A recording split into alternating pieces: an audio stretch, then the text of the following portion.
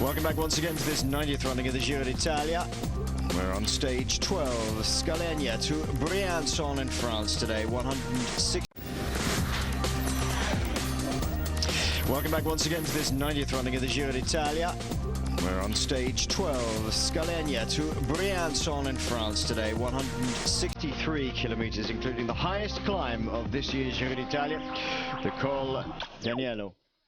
Let's just have a look at what happened yesterday before we go in today. It was Nikolai Trussev who went over first, and as everybody touches the brakes behind, you can see everybody going down one after another. This is going to be one of those crashes along with the one on stage 3 that gets shown in sports programs for years and years and years. The what's happened next shot, isn't it? Lots of people hitting there. Probably the worst crash looked to come to Jaroslav Popovic, who went head over heels, but it was Aitor Hernandez. There he is, Popovic. It was Aitor Hernandez from the Euskaltel squad who actually broke a collarbone. Andre Noy, the leader, finished the stage without his glasses, on his backside sliding over the line, but held on to the pink jersey. Well, we've seen Danilo Di Luca climbing with the very best this year. A second on stage 10, a first on stage 4. But the really big mountains today may not be a stage where they can win the Giro d'Italia, the favourites. But you could certainly lose it today as we go over two of the biggest climbs in this year's race. The Col d'Agnello, after 102 kilometers, 2,744 meters. And then the Col d'Izoard at 2,360 as we run into France. Certainly some of the big climbers are coming back into form now. We saw Riccardo Rico and Gilberto Simoni riding slightly better. But will Rico attack Simoni a la Cunego, attacking his team leader Gilberto Simoni here at Montevergine back in 2004 to take the stage victory and take over the lead? Simoni less than happy on that occasion. Will we see the same sort of situation with Riccardo Rico? Only time will tell.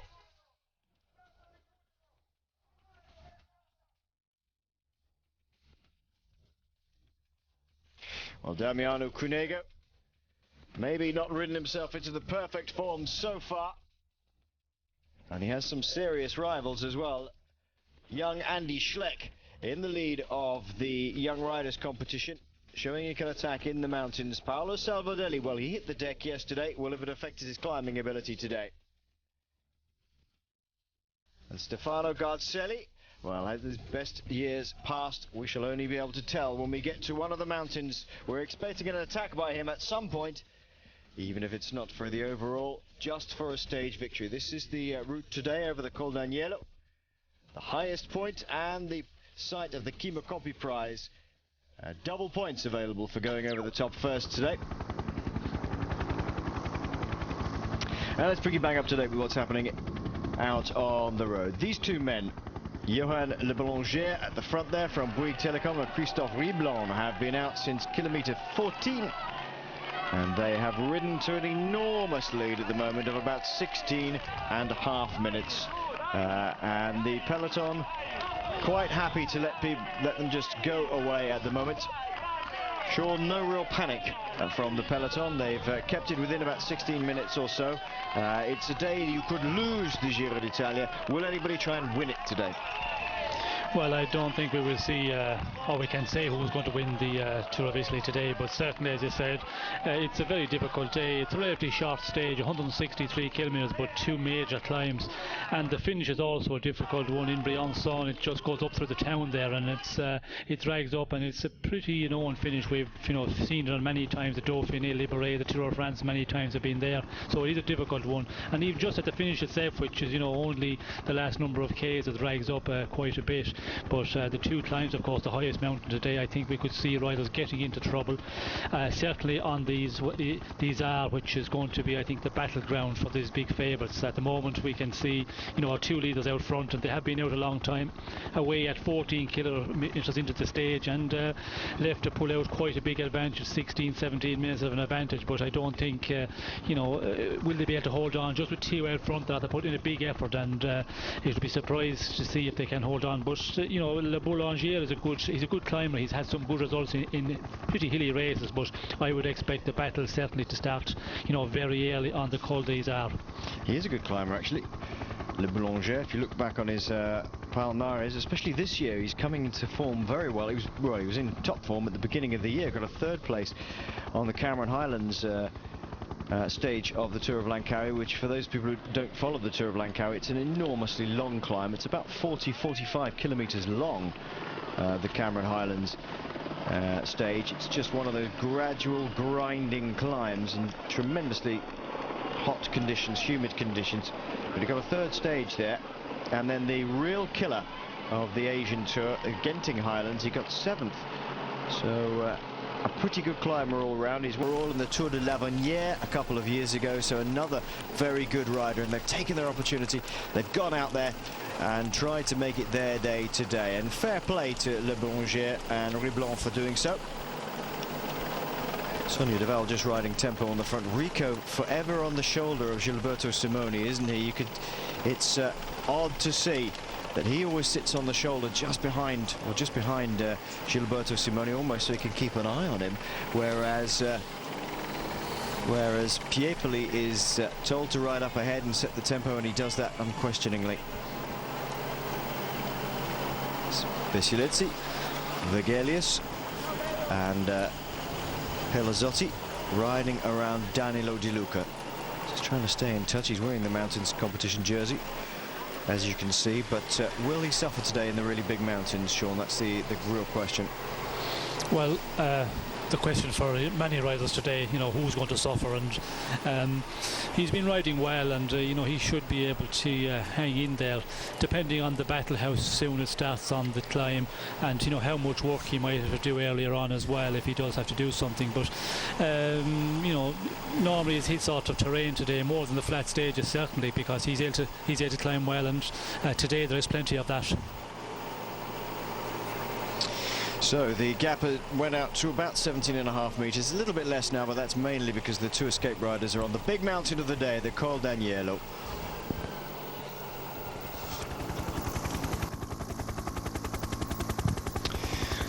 The peloton now on the slopes of the highest mountain in this year's Giro d'Italia. In fact, the highest mountain for many, many years, the Col d'Agnello. 2,744 meters in total, and they run over this into France and finish in Briançon, and already a group forming behind the main peloton as they get tailed off, and there's some riders out of the saddle here, so the pace being set fairly high at the front by the Sonia Deval boys, with Liquigas just in tow, keeping Danilo Di Luca up towards the front. There are two men up the road, Christophe Riblon of AG2R, and Johan Le Boulanger of Bouygues Telecom. Le Boulanger, a good climber, has won the Trophy Grimpeur in the past. Very good results in the two mountain stages Tour of Langkawi, not just this year but last year as well. Third on Cameron Highlands this year, 7th I think on Genting Highlands, so a pretty good climber all round. And they've taken their chances and away they've gone. So nothing much happening at the moment to drag them back in. Sonia Deval riding on the front. Yesterday we brought you all sorts of results and news around the place, and we were thinking, you know what, we're going to be a little bit positive today and talk about some wins by people like Cavendish, and talk about the RAS and so on. But unfortunately, things have changed overnight with the press conference this morning by the former Telecom riders from the mid-1990s. Ralph Aldag, now of course in charge of T-Mobile as director sportif, and Eric Zabel, and both of them coming on the back of the admission by the two team doctors from Telecom at the time that they had given riders the opportunity to take EPO And this has all come very, very quickly. Bert Dietz, a former rider at Telecom, said that recently said the last week or so that during the 1990s he was in a situation where he was offered it. Oh dear, Le Boulanger looks like he's suddenly coming to a grinding halt. He'd been given the opportunity to take EPO under doctor's supervision when they were there, and that the doctors were administering the EPO when they were there. Heinrich and Schmidt, the name of the doctors, all came out because a former soigneur and said that this was the case. And on the back of that, a number of riders, Christian Hen being one of them, Bert Dietz another, admitting that this was the case. And this morning, press conference with Rolf Aldag, who up to this time had denied the use of any EPO, and Eric Zabel. And well, just as we start on that story, there's going to be a little no graphics yet. We were going to give you a statistic, but they're obviously having a few problems with that. And Eric Zabel and Rolf Aldag admitting that they both were administered with and used EPO during their careers. There's David Cassani, by the way, the Italian commentator, former rider. On the back here, Zabel only using it, he says, for about a week and a half in the 1996 Tour de France, and he said the side effects were so great that he was scared, he didn't want to use it anymore, so he didn't. Aldag using it for quite a bit longer. Let's quit very briefly as this graphic has come up. See what the highest passes, it says highest stage finishes. Now this isn't one I thought we were going to get, but there we go. The Trequimi de Lavredo to this year at 2,334, one of the highest of all time, and certainly the highest in the last 10 years, as you can see. The Port d'Oie in 2001 was 2,239 meters. And the Port d'Oie, a pretty hard climb. Well, the house of cards that surrounds people who deny, and then admit seems to be crumbling around Telecom, the 1990s team, and of course it will affect people from now onwards as well. We all know that there are people still involved in cycling who are involved in that Telecom team, rode for them, won things for them, and of course Eric still has a career with Milram. Who knows what will happen. Sean, it's not what we wanted to be talking about at the beginning of the stage with the biggest climb in the Giro d'Italia, but we can't really avoid it. It's another terrible situation for cycling this morning. Yes, it certainly is. You know, it's bad news once again, but well, at least you know, the riders are coming out, and of course it was first of all there was a book published by Massour from the T-Mobile team, or the Telecom team, which was at the time Jeff Dunt, and you know, there was quotes in that from Dunt, and saying that this, you know, was taking part within the team, and now the riders have come out. Of course, Dietz is the first one, I think, and then Christian Hen, as you said, and now of course Aldag and Eric Zabel coming out and admitting it, that they were at, you know, at times they were taking this the EPO, which was at the time, I suppose, in cycling it was one of the things were used, and it's, you know, another bad thing for cycling, but at least the riders are coming out and they're, you know, accepting what happened, and just as you know, it's coming out, and as you said, some of them are in the teams also in management, and that it makes it difficult, but I think you know, it will have to come out, and maybe there is you know, maybe there's some more to come out from other riders within the team, who knows. I'll be a little bit annoyed about that. You know, it finishes on a climb, and he was second on the last mountain stage, and also, you know, they've got three climbers in that team, three really good climbers. So yeah, they can play off against each other, but I think he might be going for it today. And because they've got the three climbers, I guess they're not too worried if he does have a go for it today. No, they really, when you've got, you know, they've got strength in depth, and I think that's going to be their big advantage on this stage, possibly. Liquigas, Sean, they're riding again on the front today. We had Charlie Vigelius try and get instigating breaks early on. Time for them to come to the fore and show how strong they still are? Well, of course, I think again they're going to go here for a stage victory, and you know, they're in a very good position all the time, a few of their riders, so and you cannot, rely on the T-Mobile team just to control it, because it's going to be really difficult for them. And if they have to, take up full control of the race today, I don't think they're capable of doing it. And as we mentioned, there's 4 riders out of the team already, so the Liquid Gas are going to control the situation, and they have very good position with Noe, who was really up there in the general classement, second at 28 seconds. And when you go further down the classement, then of course they have De Luca, Pelazzotti, Nibali. They have a lot of very good riders, and it's up to them really to control the situation for the moment, because with Noe in second position, I think they're obliged to do something here today. General classement, they have to work for that, but I think the stage victory is also on the back of their minds with De Luca once again.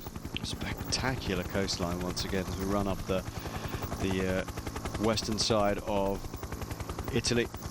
Really first class viewing, isn't it? If you are just here to spend some time watching the cycling and enjoy the scenery, you can't get much better than this. Beautiful weather, a breakaway up the road, and a lovely mountaintop finish to cap it all off today. Maurizio Ardila maybe not quite as strong as they wanted him to be. Rabobank had trouble settling into the Rabobank team, but he's got in the break today. That's Ivan Para. Remember, a double stage winner in the Giro d'Italia before. Now Herbert Dupont, a very good climber, Dupont, and I wouldn't count him out. If the break had succeeded or was likely to succeed, I'd never count him out, because he's a very good climber indeed. Just coming a little bit more every year, being more in the spotlight. George Hincapie is the best placed man on GC in this breakaway. Started the day at 3 minutes and 4 seconds down, so at the moment he's just about bang on to be virtually wearing the pink jersey, and that's about as far as it's going to go, I think. T-Mobile, Lampre and Liquigas all on the front, gradually dragging this breakaway back together, and likelihood of seeing a bit of a counter-attack punch when they all get back together, Sean? I would imagine so. Well, I think it's going to be the same situation once again, where they will close it down or just hold it at 3 minutes and just leave them hang out there, and we've seen that so many times. And then on the final climb, of course, the action starts, and everything just starts blown to pieces. And I think we will see that certainly here once again. Problem is, the breakaway. Hincapie, as you said, just over 3 minutes down the general, a dangerous man. Para, he's 6:44 down. So those sort of rides, you cannot allow the break to go out to 12 and 15 minutes, because they're too dangerous. And we see a number of days ago when that break got away, when Pinotti actually. Or no, not Pinotti, there was another day there was a breakaway, those riders went up in the general classement, and that's something they have to be careful with when the Senior Duval riders had to do the riding.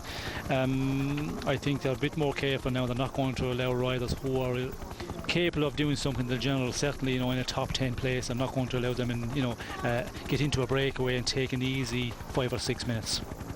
So far in this Giro d'Italia, it's been pretty much followed to the game plan.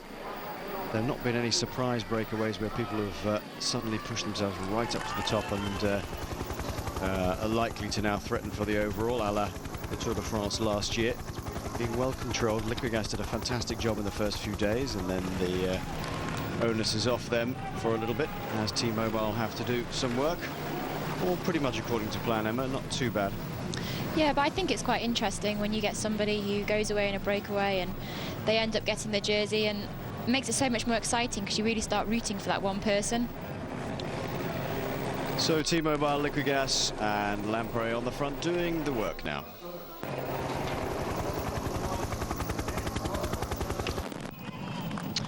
You are back live on stage 10 here in the Giro d'Italia with Maurizio Ardila in the breakaway. Along with George Hincapie, Ivan Para, the man there from Cofidis, a very good climber. And they went away after about 30k or so. They did have Charlie Vigelius with them for a while, and Francesco Bellotti, but they have been pulled back by the peloton. The gap is coming down gradually. Enrico Gasparotto is the rider on the front. A riding tempo for Liquigas at the moment. As the Belgian commentators in the box, they do occasionally show the commentators inside. Hopefully they might show some of the Eurosport commentators in the Tour de France this year, especially on British Eurosport. Who knows? Dupont is in the break as well, and a pretty strong breakaway this, Sean. They've got some good riders in here. Yes, well, certainly, and it's nice to see RD in there, because I think the Rabobanks will be happy.